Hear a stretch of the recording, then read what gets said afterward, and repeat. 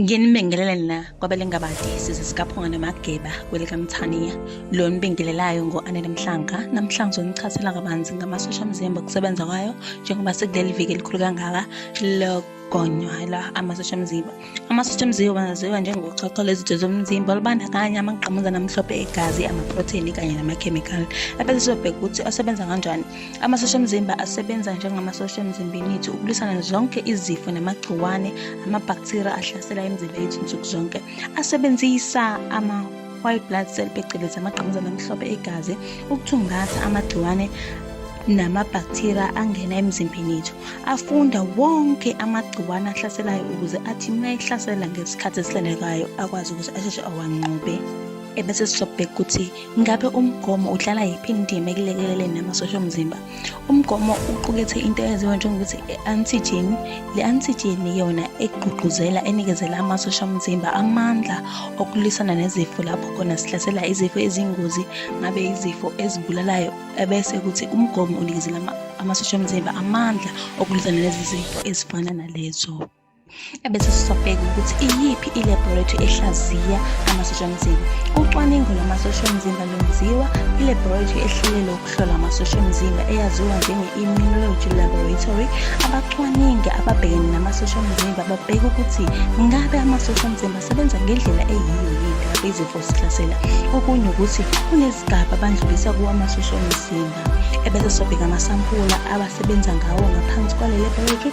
Bavama ukusebenzisa amasampula afana nama-serum, igazi ngoba igazi liqukethe izinto eziningi eziphathelene nomzimba, ama-stools kanye nomchamo. Bese sobheka ukukhandwa komgomo.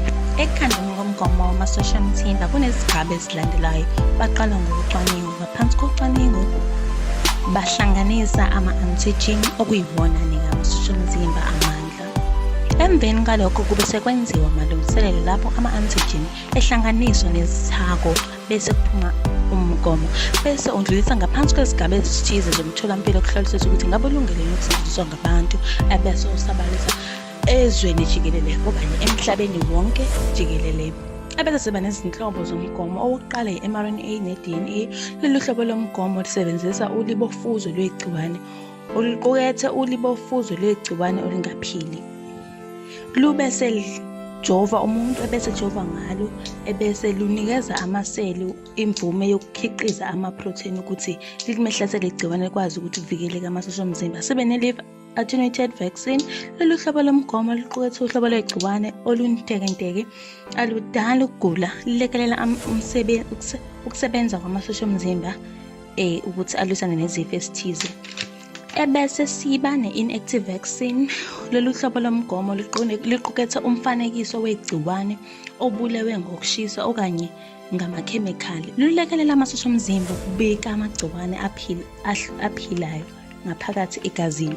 Sibe ne-subunit. Lolu hlobo lomgomo luqukethe ama-antigen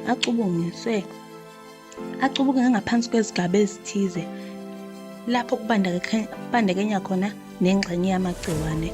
Lolu hlobo lomgomo lenzela ukucindezela amagciwane lapho ehlasela khona.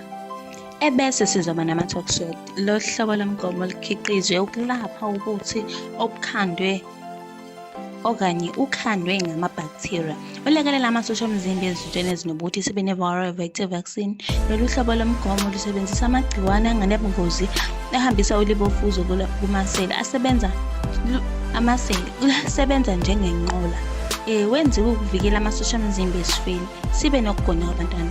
Ukugonywa kwabantwana kudlala indima enkulu ekuvikeleni izimpilo zabantwana ezifweni. Abantwana basemazingeni amakhulu kanye aphezulu okuhaqwa izifo ngoba badla yonke into abayithola phansi.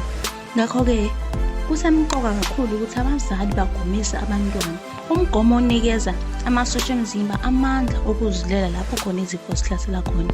Kumele kwenziwe isiqiniseko sokuthi amasosha okanye abantwana bathola umgomo ofanele ngesikhathi.